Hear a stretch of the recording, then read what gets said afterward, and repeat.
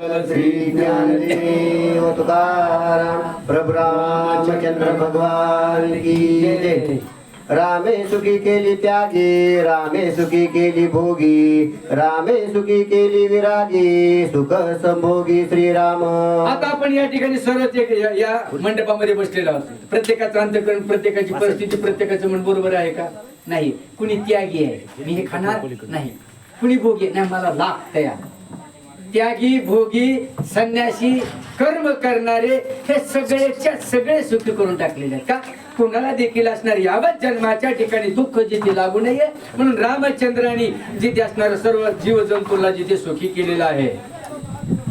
रामे सुखी केली ब्रह्मचारी, रामे सुखी केली व्रताधारी, रामे सुखी केली नर नारी, राम सुखकारी सर्वासी। हो, राम सुखकारी सर्वासी. आत्म्यानं कुणाला त्रास दिला का? आपल्या शरीरात आत्म्याने कधी कुणाला त्रास दिला का? तिने नाही. आपल्या कर्माने आपण त्रास देतोय.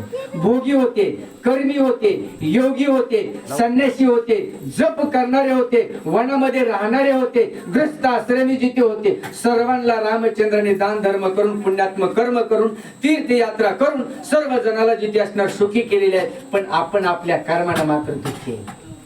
आपलं कर्म पूर्वसंचित, प्रारब्ध आणि क्रियामान या 3 गुणामध्ये अडकलो. 2 गुण जातील पण कर्म तुमच्या आमच्या बापाला सोडत नाही सोडत. भोगावाच लागते आणि भोगल्या नाही भोगलो तर पुढच्या जन्मामध्ये अजून भोगावं लागते. याच्यासाठी कर्मानुबंधीने मनुष्य प्रत्येक जीव कर्मामध्ये आहे. म्हणून हे कर्म या कथेच्या माध्यमामधून, संतांच्या संगतीमधून जिथे असणारे कर्म काय करायचे? घालून टाकायचे आणि निष्प्रह अवस्थेमध्ये प्रभू रामचंद्राचं नामस्मरण करायचे आहे.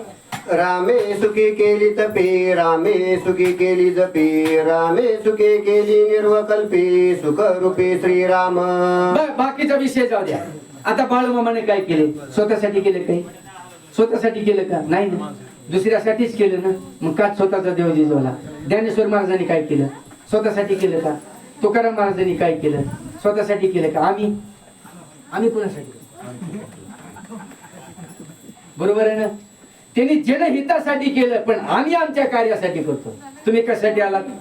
तुमच्या हितासाठी चालत नाही. मग आपल्या हिता जो असे जागता हित करून घ्या, हित करून घ्या, साध्य करून घ्या. साधनानं सिद्धता होते. मग साधन जर योग्य असेल तर सिद्धता होते. तुम्ही बाळूमामाचं साधन धरलंय, त्यांचं साधन धरलंय, मग त्या साधनाने या जड चेतन ध्याची सिद्धता होते. इरेवी होत नाही, करीन म्हटल्यानं सुद्धा होत नाही. म्हणून सर्व जणाला सुखी करण्यासाठी रामचंद्राने कार्य केलंय. रामे सुखी केली दिगंबर, रामे सुखी केली वल्कलधर, रामे सुखी केली सदाचार, सुख साचर श्रीराम। आता सगळ्याचे उपास तपास एक आहेत का? कुणी जैनाची देव झाली, कुणी संन्यासी झाले, कुणी साली जिथे घातलेल्या आहेत, कुणी केस नख्या वाढवल्या गेलेल्या आहेत, कुणी एका पायावर उभा आहे, कुणी जटा वाढवल्या, कुणी हिमालयामध्ये बसलो, कुणी गुहेमध्ये बसलो, कुणी सारखं जिथे फिरायला लागलं, भ्रमण करायला लागले. हे सगळे तुम्ही आम्हीच येत नाही. मग आपल्याला सुख प्राप्त व्हावं, आपण या जिथे कर्मभूमीमधून जिथे उतरून जिथे जावं, या माध्यमामधून रामचंद्रांनी कुणाला सुद्धा ढिलं सोडलं नाही. सर्वांना सुखी केले.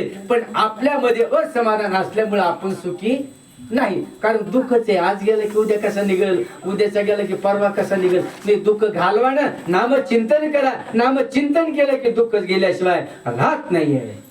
रामे सुखी केली आयचित, रामे सुखी केली अतिव्रत, रामे सुखी केली धर्मसक्त, राम समस्त सुखकारी। हो बघा, शेष वंशीय, नागवंशीय, ब्राह्मण वंशीय, क्षत्रिय वंशीय हे सगळेच्या सगळे जिथे असणार सुखी केलेले आहेत. काही जण म्हणतात असणार आयत मला मिळावं, मिळेल का?